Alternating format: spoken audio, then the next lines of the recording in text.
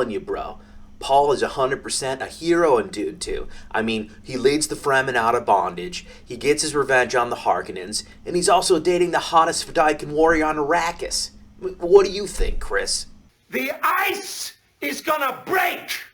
I think you mean spice, bro. Spice production is gonna break. A hero? You gotta be kidding me, man. Paul's absolutely the villain. He knows the Lisan al-Gaib prophecy is bullshit, and he manipulates the Fremen into revenge against the Harkonnens and the Emperor that results in a holy war. Billions are gonna be killed. And don't give me that excuse that it was all the water of life. Plus, he abandons Chani, the love of his life, to marry a woman he's never met and gain power. Hero. Pfft. Damn it. I lost my butter knife for this sandwich. Fade, can you hand me the other one? May thy knife chip and shatter. Kind of a dick thing to say when I'm over here starving. Clearly you're both wrong. Paul is a classic anti-hero. He's a charismatic leader that resisted the pressure to the Fremen's messiah for most of the movie. It's not until he's forced by circumstances and his manipulative mother into drinking the water of life that we see his fall. Even that was partly to do with his wish to preserve Chani's life along another timeline. It's incredibly tragic, but I don't see Paul as a hero or a villain, just a fallible human being that's potentially corruptible like all of us. Manipulative mother. Lady Jessica can manipulate me anytime. She's hot. God, you're a moron. Butterman, back me up on this. I mean, what did you think when Paul fell? Shame. Yes, exactly. Guys, aren't we all kind of missing the point here? Whether Paul's a hero, a villain, or an anti-hero is somewhat superfluous. Isn't the whole point of Dune 2 that structures of power have a life of their own, and that they constrain those who wield that power? It seems to me that bureaucracy has its own influence and character, and that bad outcomes can still come from good intent. It feels like the real culprit here is kingship itself. But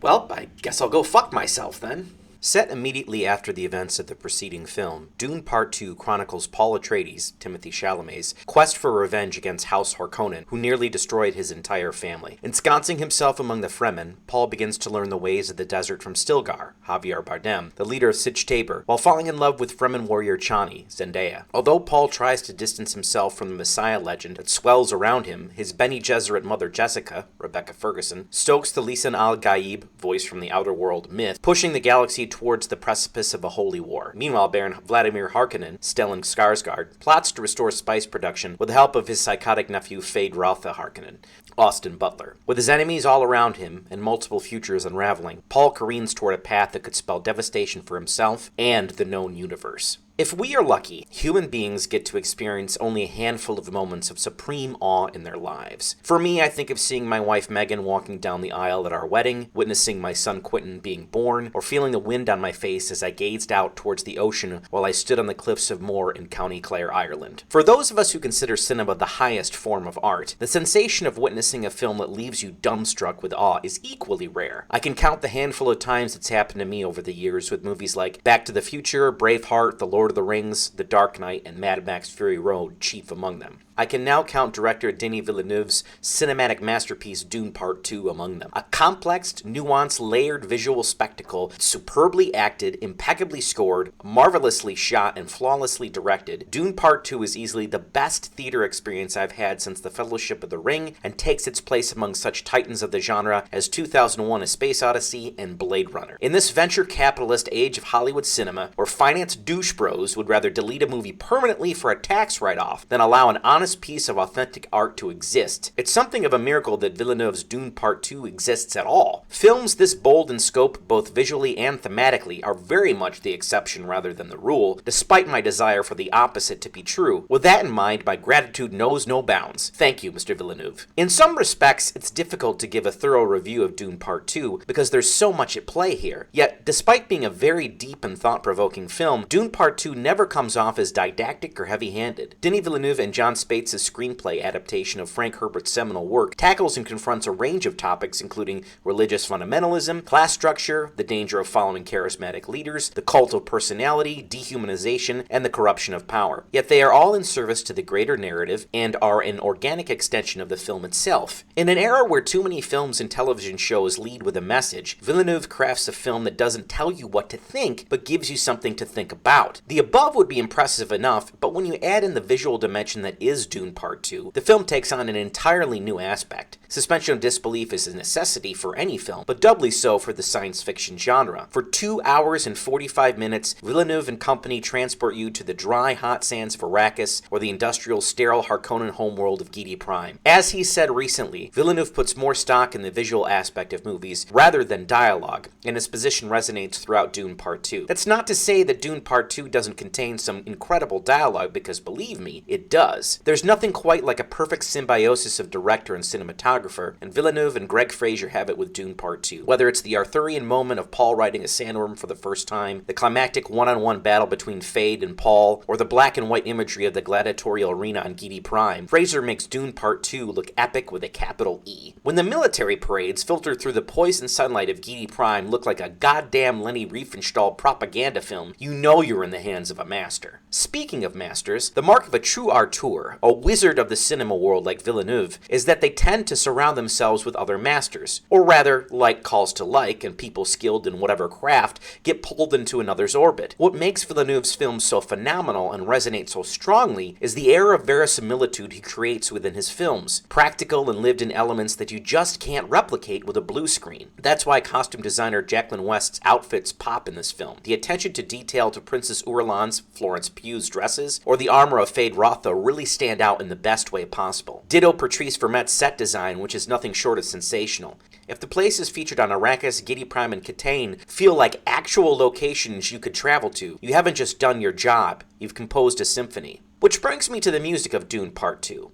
With scores like The Lion King, Gladiator, The Dark Knight, 12 Years a Slave, and Interstellar to his name, we already knew Hans Zimmer was in the pantheon of legendary film composers, but with Dune Part 2, he establishes himself as this generation's John Williams. I could listen to Dune Part 2's score on repeat for months. Hell, I'd buy the vinyl, and I don't even own a record player. It's also not just the themes, but where they are strategically placed. When Chani and Paul's love theme, A Time of Quiet Between the Storms, reappears again at the end of the film, and is juxtaposed against the events of a particular moment, I was in awe. It was heartbreaking. It was the most appropriate music/film decision I've ever witnessed. Hard to believe I'm this far into the review and haven't even talked about the performances in this movie, but it's just a testament to how spectacular Dune Part 2 actually is. The actors in Dune Part 2 aren't just cooking, they're cooking at Carmi Brazato levels of greatness. That includes the people with minimal screen time. Florence Pugh resonates with a stalwart regal quality and delivers the best line in the entire movie. Dave Bautista plays Glasso the Beast Raban like a coward, and it works. I was worried Christopher Walken might go full Walken, but instead he delivers his most subtle performance in years as Emperor Shaddam Corrino IV. And Javier Bardem sizzles as Paul's most staunch and fanatical supporter Stilgar. On first viewing, Stilgar seems like merely the comic relief, and he is funny, there's no doubt. Yet the ending of the film recontextualizes Bardem's entire performance, and suddenly it's not quite so funny anymore. Dune Part 2 was already spectacular, and then Austin Butler shows up over an hour in. Believe the hype, Butler's Fade Rotha is the best on-screen villain since Heath Ledger's Joker in The Dark Knight. He's a psychopath made even scarier by the fact that he's also highly intelligent and cunning. Ruthless, the physical embodiment of liquid quicksilver, and completely unafraid of his uncle, Butler plays Fade Rotha like a shark on land. He's an apex predator that sees people as objects on a game board that he can either move to his advantage or consume. Butler offhandedly murders someone at a certain point in the movie and delivers a line of dialogue that is one of the illest,